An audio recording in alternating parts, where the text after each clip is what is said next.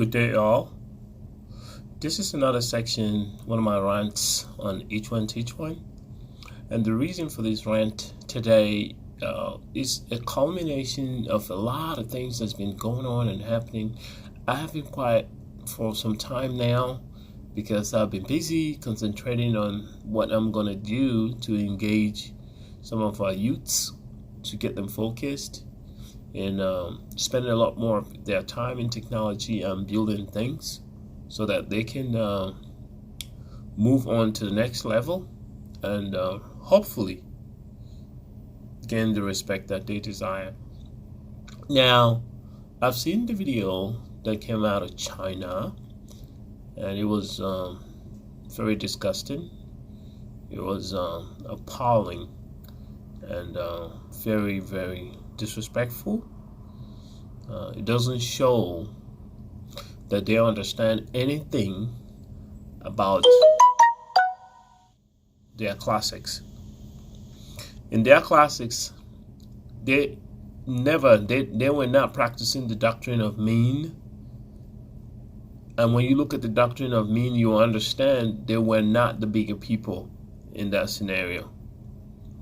And then when you look at the work of mentees, they are flat out against the intellectuals of their times or whatever, their ancestors. They were really on the left side of the field in whatever that's in their classics. If you read the Confucius Analects, they're still wrong. If you read Tao Te Ching, they're still wrong. If you read The Art of War, they are still wrong. They have not declared any war with Africa or anything like that.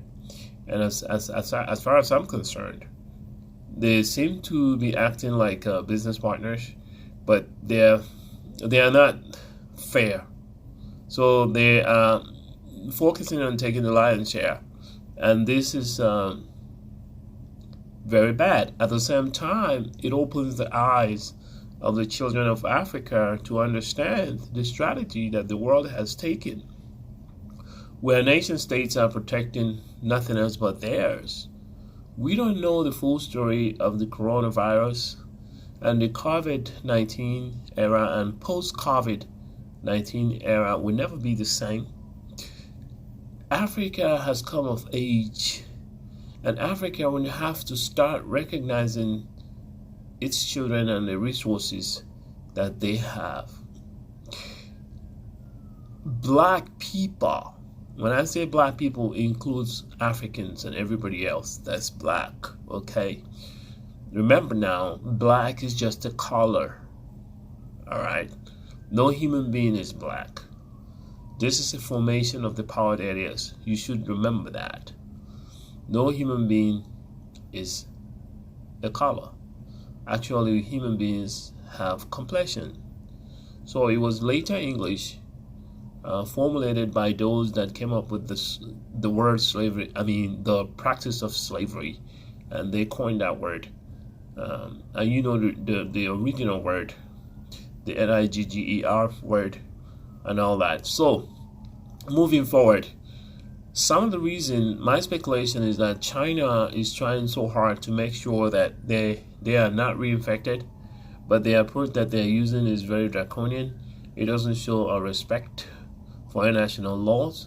They went ahead seizing people's passport. People that came into their country legally, they are taking their passport from them. Passport doesn't belong to any nation except for the nation that issued it. Not even the individual citizen that carried the passport owns the passport. Okay, when you take somebody's passports, you are showing you're a disrespect to that nation completely. When you are like forcefully taking it from them, you're disrespect for that. You're showing you're disrespect to that whole nation. So now, with that being said, Africa always try to come from the position of weakness. You cannot come from a position of weakness nowadays. You have Google, you have resources, you can do things on your own. The whole world sees Africa and the people of that descent as beggars and people that always want other people to do things for them.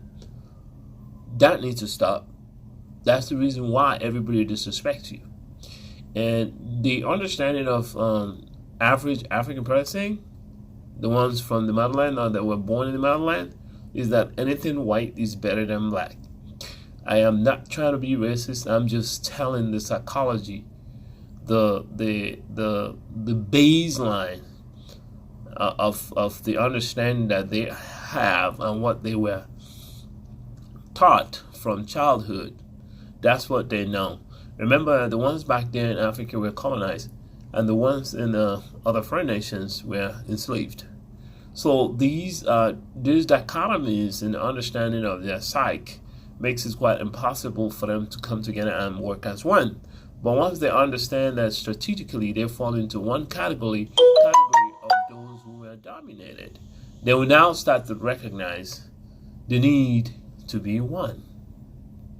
Because all across the globe, the most disrespected people are blacks. And they are the bottom rung of everywhere you go. No matter who you are, it doesn't matter if you're the best doctor or engineer or anything. In that case, it only makes sense that you can take those resources that you have and intellectual abilities and strength and power of your mental repertoire.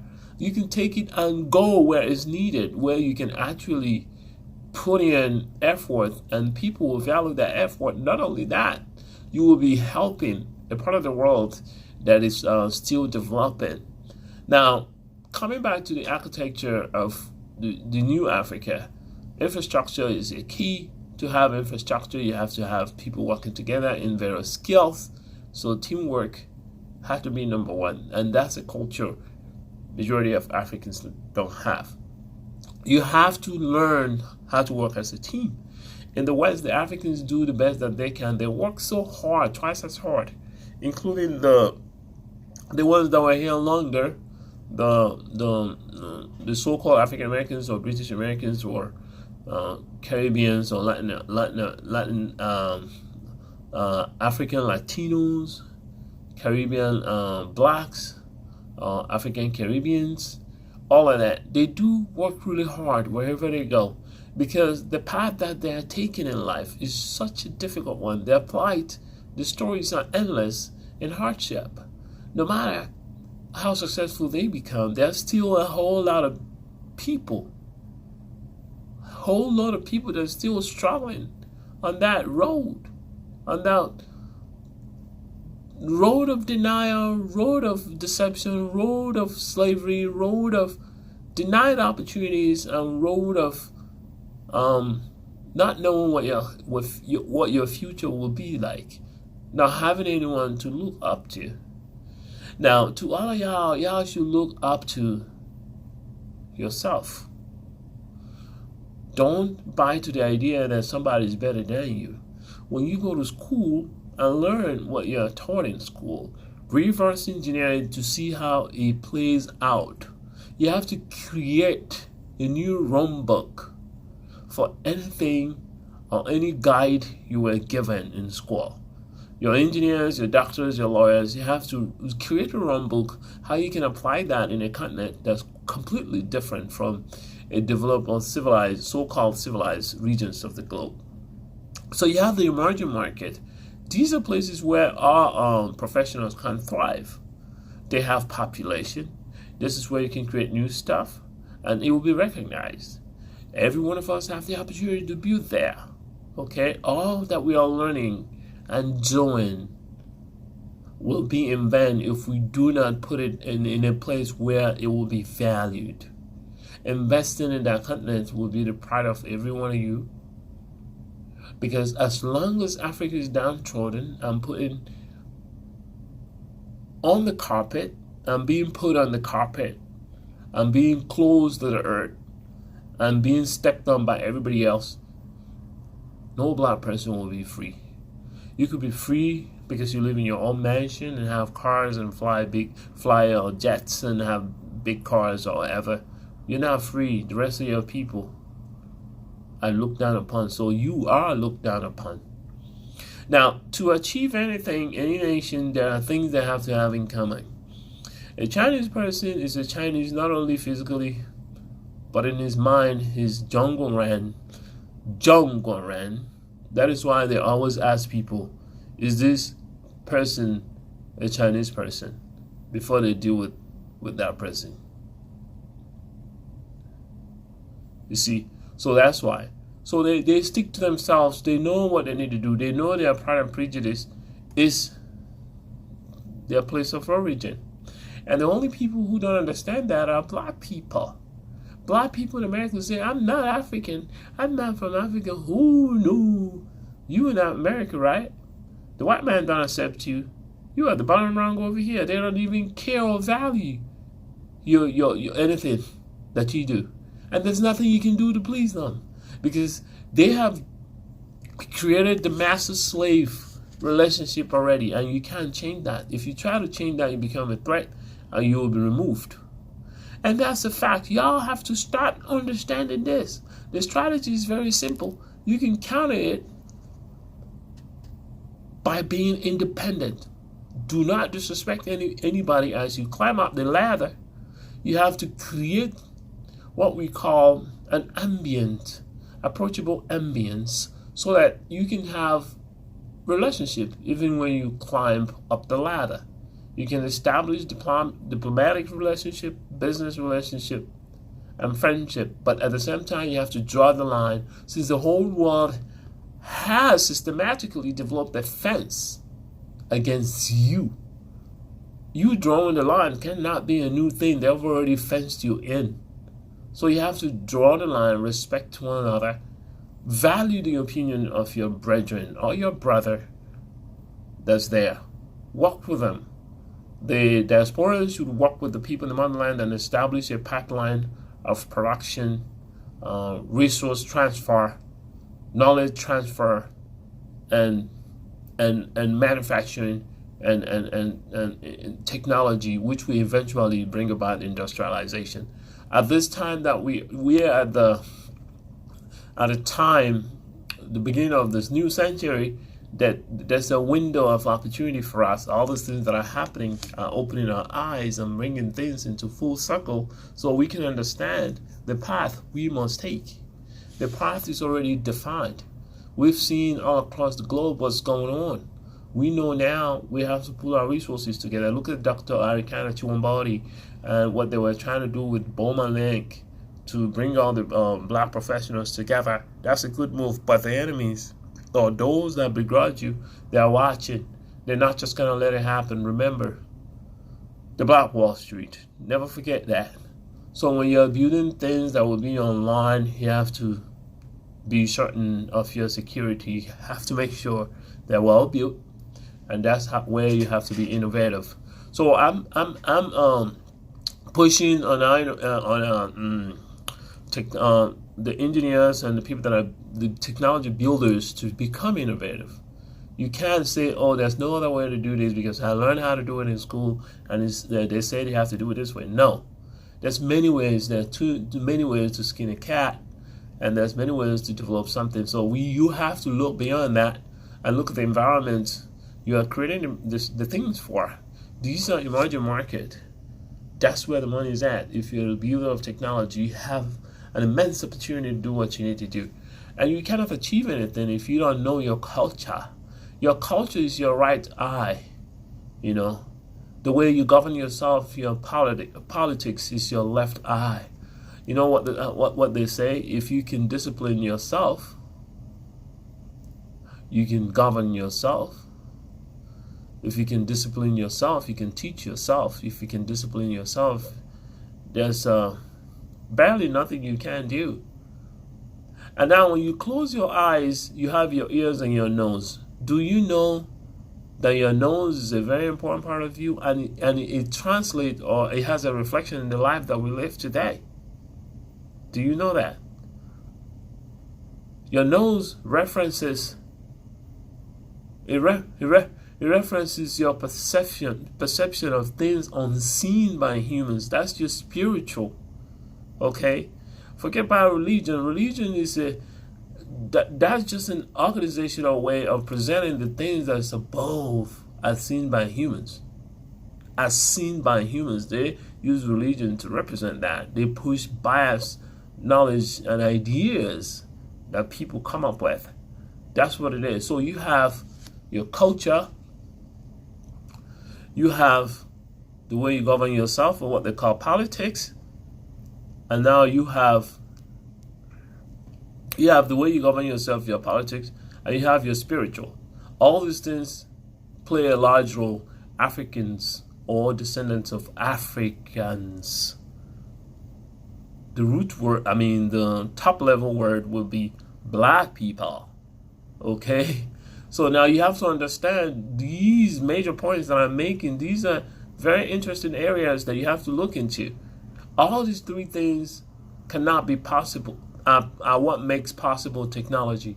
Through your mouth. Your mouth represents the ability to speak. The force that comes out of your mouth makes things to be. That's technology right there.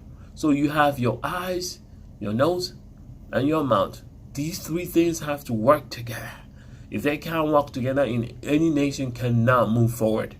You need to go back to the understanding of your culture, understanding of how your people have ruled themselves, your leadership style in your culture.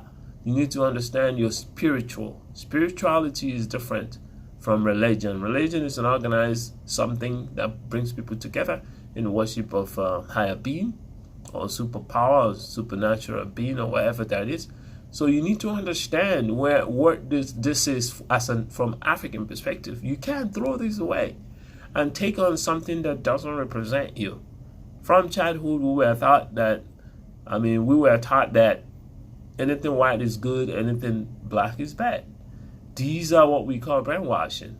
You need to recondition yourself. We were conditioned and brainwashed to think this, to think like this.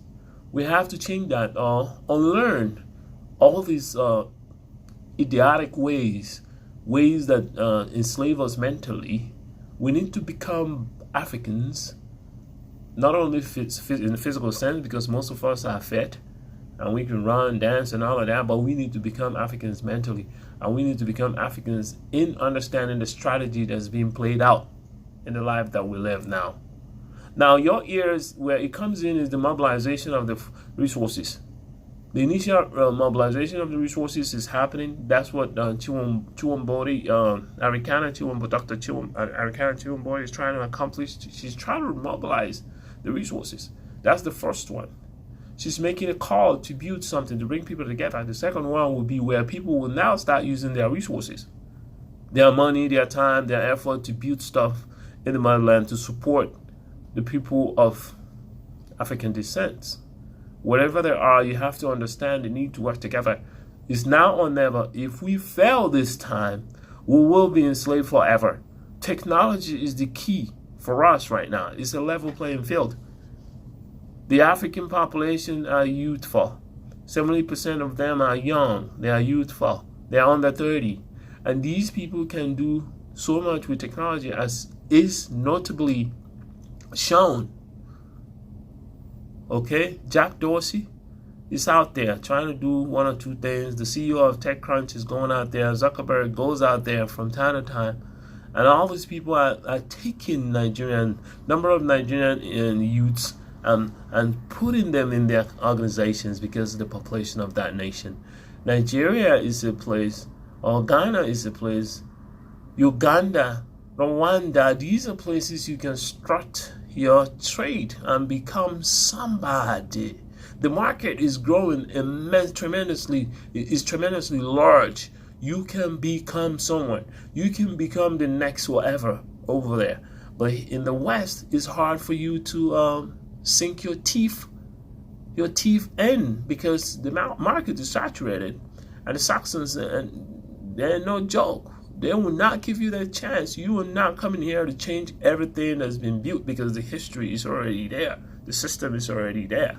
So I'm encouraging you to develop a relationship with the people in the motherland and put your heart there and start driving towards that direction. The old civilizations are very old. They have knowledge and expertise and experience, but they are not young anymore. That's why they are pushing artificial intelligence and developing robotics. Guess who's going to build all that? The youths in Africa are going to build all that, because the cost is lower And Chinese in 2023 are going to move all their poor people out of poverty. Guess what? They're going to move from a manufacturing economy to a service economy. Guess where some of their work is going to go? It's to Africa. It's not going to go to Southeast Asia because Southeast Asia is a little expensive. African youths are hungry and they do good work in programming. So in an effort to support this vision and strategy and the understanding that we are building a pipeline to incorporate what we're talking about, where resources, in work or work opportunities and jobs from these civilized nations will be funneled to the African in the motherland, so that way they can be able to take care of themselves and stop traveling all over the world, and some of them get into trouble. And if they can make the dollar where they are, I don't see a need for them to do that. And that's a model example of people that have done it. The Indians have done it. They are pretty successful, although they don't speak better English than most of the African Anglophones. So we need to come to understand the opportunity we have right now. We need to tap into it. We need to respectfully do it, keep our friendships, and also know that there's a line that cannot be crossed. When nations treat us in the way they do treat us, let it be a reminder to us that we are weak. We have to learn to be followers first, and then one day we become leaders, or we will become stronger.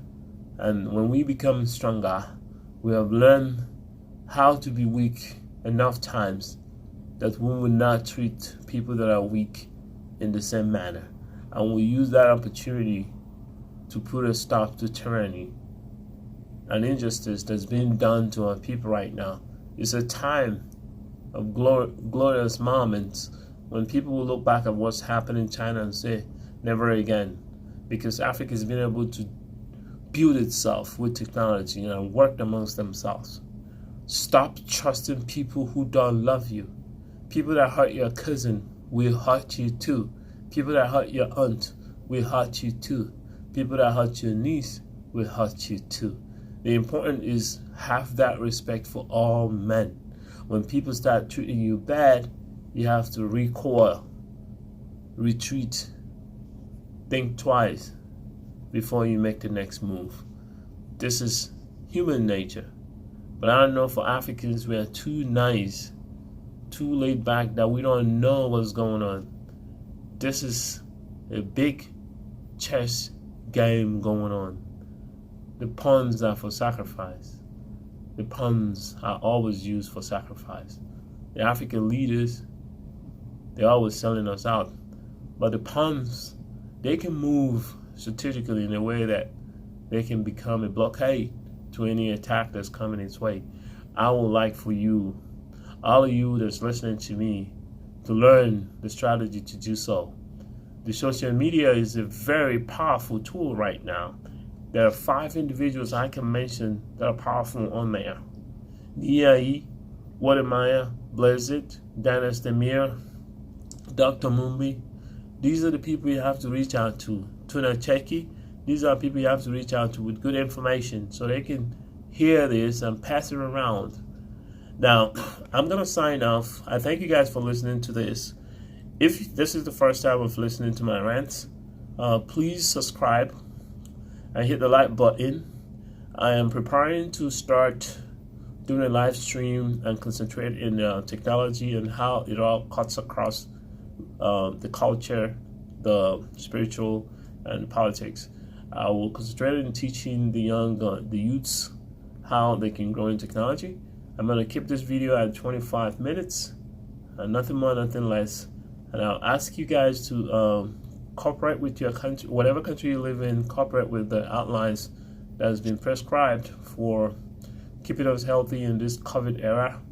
And I hope you continue exercising yourself mentally and physically, and live a hygienic life. Wash your hands as prescribed, and continue to stay out of trouble. And I'll talk to you guys again. I hope you learn 1 or 2 things from this. Take care. Each one, teach one. Signing off.